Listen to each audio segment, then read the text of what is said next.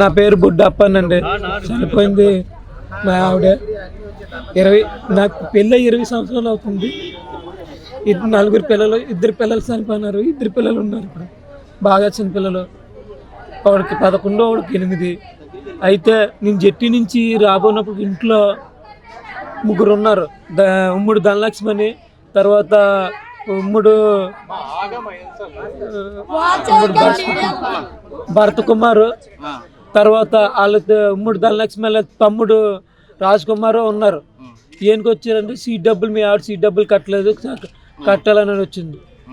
అయితే సీట్ డబ్బులు కొన్ని చూసేటప్పటికి మీకే డబ్బులు, ఆమె ఇంతకు ముందు కూడా డబ్బులు వడ్డీ కలుపుకొని చాలా డబ్బులు తిన్నదట. ఎన్ని గంటల సమయంలో వచ్చారు? అసలు 8 గంటల సమయంలో వచ్చారు. తెల్లవారు రాత్రి నైట్ 8 గంటలకు వచ్చారు.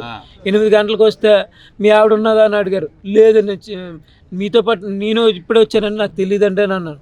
వెళ్తే మా బామ్మకి ఫోన్ చేశాను. అక్క ఎక్కడ ఉందరు అంటే, అక్క సెల్ నా దగ్గర ఉన్నది మయ్య అని చెప్పాడు. చెప్తే ఫోన్ చేస్తే ఫోన్ ఇంకా మా ఆవిడకి నేనేం ఫోన్ చేస్తాను, చేయలేను. వాళ్ళు అడిగాను, వాళ్ళు బెదిరించారు. సీట్ డబ్బులు కట్టకపోతే ఎలాగ, మేము అక్కడి నుంచి తీసుకొచ్చి కట్టాలి, వేరే వాళ్ళ దగ్గర సీట్ పాడేసి అవతల ఇవ్వకపోతే మేము ఇస్తామని హామీ ఉంటే మేము ఇచ్చాము, లేకపోతే ఇవ్వకపోతాము మేము అని, సీట్ డబ్బులు ఇవ్వకపోతే బాగోదని కూడా బెదిరించారు సార్ మమ్మల్ని. బెదిరించిన తర్వాత పిన్ని, మా పిన్ని కొన్ని రోజుల నిండుగా ఫోన్ చేసేది నాకు. మా పిన్ని వీళ్ళు ఇలాగా భరత్, తర్వాత వాళ్ళ అబ్బాయిలు ఇద్దరు, తర్వాత వాళ్ళ అమ్మ ధనలక్ష్మి గారు చాలా టార్చర్ పెడుతున్నారు అని చెప్పేది నాకు. డబ్బుల కోసం అంటే 1,00,000 రూపాయలకి 20,000 తీసుకుంటారు. వారానికి మనం 20,000 కట్టాలన్నమాట. చాలా ఎక్కువగా ఏడ్చి నాకు ఫోన్లు చేసేది. చాలా ఘోరంగా టార్చర్లు పెడుతున్నారు, మనకి తీసుకున్న వీడియోలు ఇవన్నీ మా ఇంట్లో చూపిస్తాను, చిన్నానికి వాళ్ళకి చూపిస్తానని నన్ను బెదిరిస్తున్నారు. నేను ఎప్పటికైనా చనిపోతా, వాళ్ళ ఇంట్లోనే చనిపోతాను, నా చావుకు కారణం అయితే వాళ్ళే అని నాకు చెప్పింది అనమాట. ఆవిడ ఫోన్లో కూడా వాళ్ళ వాయిస్ రికార్డులు అవన్నీ పెట్టానని నాకు చెప్పింది. అది ఇప్పుడు చనిపోయిన వ్యక్తి ఎక్కడ చనిపోయింది? వాళ్ళ ఇంట్లోనే చనిపోయింది. ధనలక్ష్మి గారి ఇంట్లోనే చనిపోయింది. వీళ్ళు తీసుకెళ్లారంట, వాళ్ళ ఇంటికి వెళ్ళింది ఆవిడ. దేనికి వెళ్ళింది? వాళ్ళు ఫోన్ చేశారు, వాళ్ళ ఇంటికి వెళ్తే వెళ్ళింది, అక్కడికి వెళ్ళింది అంతే.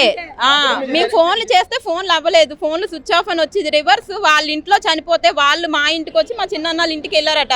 మీ ఆవిడ కోసం మీ ఆవిడ రావట్లేదు, మీ ఆవిడ డబ్బులు ఇవ్వాలి అని చెప్పేసి మా చిన్న దగ్గరికి వెళ్ళారు. ఆవిడెప్పుడు కూడా వాళ్ళ అబ్బాయి వెళ్తారు, వాళ్ళ తమ్ముడు వెళ్తారు, వాళ్ళు వెళ్తారు మా చిన్నన్నాళ్ళ ఇంటికైనా ఎక్కడికైనా సరే. ఆవిడ ఎప్పుడు ఎట్టి పరిస్థితుల్లో ఎవరింటి మెట్టు ఎక్కదు. కానీ ఈ రోజు మా చిన్నన్నాళ్ళ ఇంటికి ఆవిడ ఎందుకు వెళ్ళి ఇంట్లో ఉందో నాకు తెలియదు. అది ఆవిడ రాకముందు అంటే అక్కడే జరిగిపోయిందా, ఇదంతా ఆవిడ చెయ్యాలని కావాలని చేసింది అనేది మరి మీరే చెప్పాలి. ఇప్పుడు అయితే మృతురాలు వాళ్ళ ఇంట్లో చనిపోయింది, వాళ్ళ ఇంట్లోనే చనిపోయింది, వాళ్ళ ఇంట్లోనే ఉంది. అక్కడి నుండే తీసుకొచ్చాం మేము కేజీకి. పోలీసులు తీసుకెళ్లారు. ఇప్పుడు మీకు ప్రధానంగా మీకు కావాల్సిన రేట్ చెప్పండి. న్యాయం కావాలి. ఆవిడకంటే టార్చర్ చాలా విధంగా పెట్టారనమాట. ఆవిడ ఏడ్చుకుంటూ కొన్ని రోజులు ఫోన్లు చేసేదనమాట.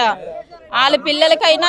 నా చెల్లెలు కూతురు, నేను ఉదయం 6 గంటలకి వెళ్ళి చేపలు అమ్ముకొని రాత్రికి వస్తాను, తాను చేసి నేను చీర కట్టుకుంటున్నాను. ఫోన్ వచ్చింది.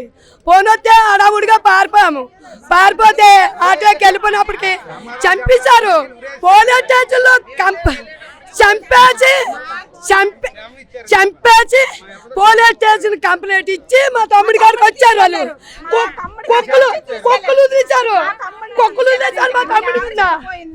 కుక్కలు తెచ్చారు. వాళ్ళకి ఎంత దెబ్బతాంజమో.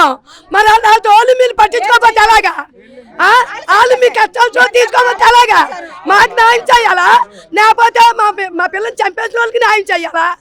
2 పిల్లలు చిన్నపిల్లలు, ఆ పిల్లలు దిక్కెవరు?